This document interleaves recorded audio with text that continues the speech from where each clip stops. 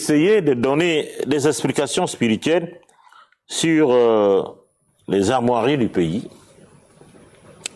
de la mer allaitante au drapeau et en passant par les deux panthères que nous connaissons tous.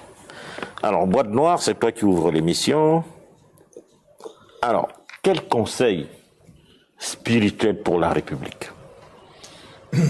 Je vous remercie d'abord pour m'avoir invité pour la énième fois dans votre émission. Je vais d'abord remercier le créateur EO d'avoir fait de moi ce que je suis aujourd'hui. Et je vais aussi saluer les membres du fan club laboratoire EO, notamment Steph Zolomangara. Par rapport au thème du jour, je vais aussi vous remercier parce que vous avez choisi un bon thème. Parce qu'il faudrait que l'eau spirituelle essaye d'aider les mondains. Parce que un spirituel, c'est quelqu'un qui voit étant assis ce que le mondain ne voit pas étant debout. Et en ce qui concerne la spiritualité par rapport au Gabon, je vous dirais d'abord que c'est le Gabon qui est d'abord malade. Le Gabon qui est un personnage moral. La fois dernière, je vous avais bien dit qu'il existe trois Gabons. Un Gabon spirituel, un Gabon mystique et un Gabon physique. Et lorsque vous avez un malade devant vous, vous devez d'abord le consulter pour savoir de quoi il souffre. Et j'espère que le CTRI, qui est l'instance suprême de la transition, va suivre ce que nous allons leur dire aujourd'hui en tant que spirituel. Il faudrait d'abord qu'ils sachent de quoi souffre le Gabon.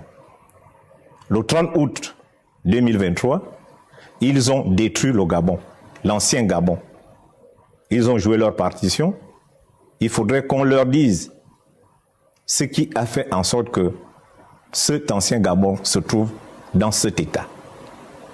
Je vais d'abord vous faire comprendre que le Gabon, aujourd'hui, a 23 ans. 23 ans et demi et 8 jours qu'il est né. 23 ans? 23 ans, parce que le Gabon est né le 17 août 1960.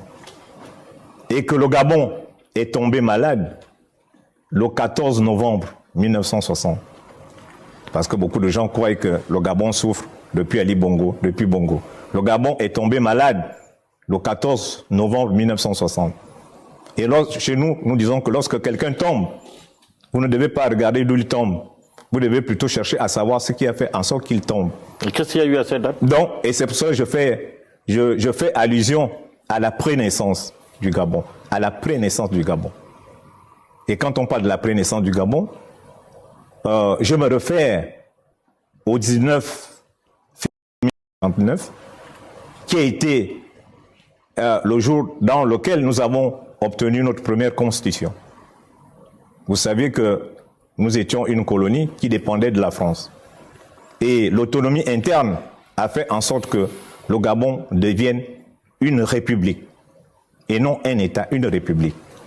Et la fois dernière, je vous avais expliqué que la république fait partie du même lignage que la démocratie, que la cuisine et la femme. Ça signifie que la France a autorisé à ce que le Gabon ait une femme et non son partenaire, qu'on appelle l'homme, qu'on appelle l'État, qu'on appelle le politique. Parce que le Gabon dépendait toujours de l'État français. La naissance du Gabon le 17 août 1960 a permis à ce que ce Gabon recouvre son couple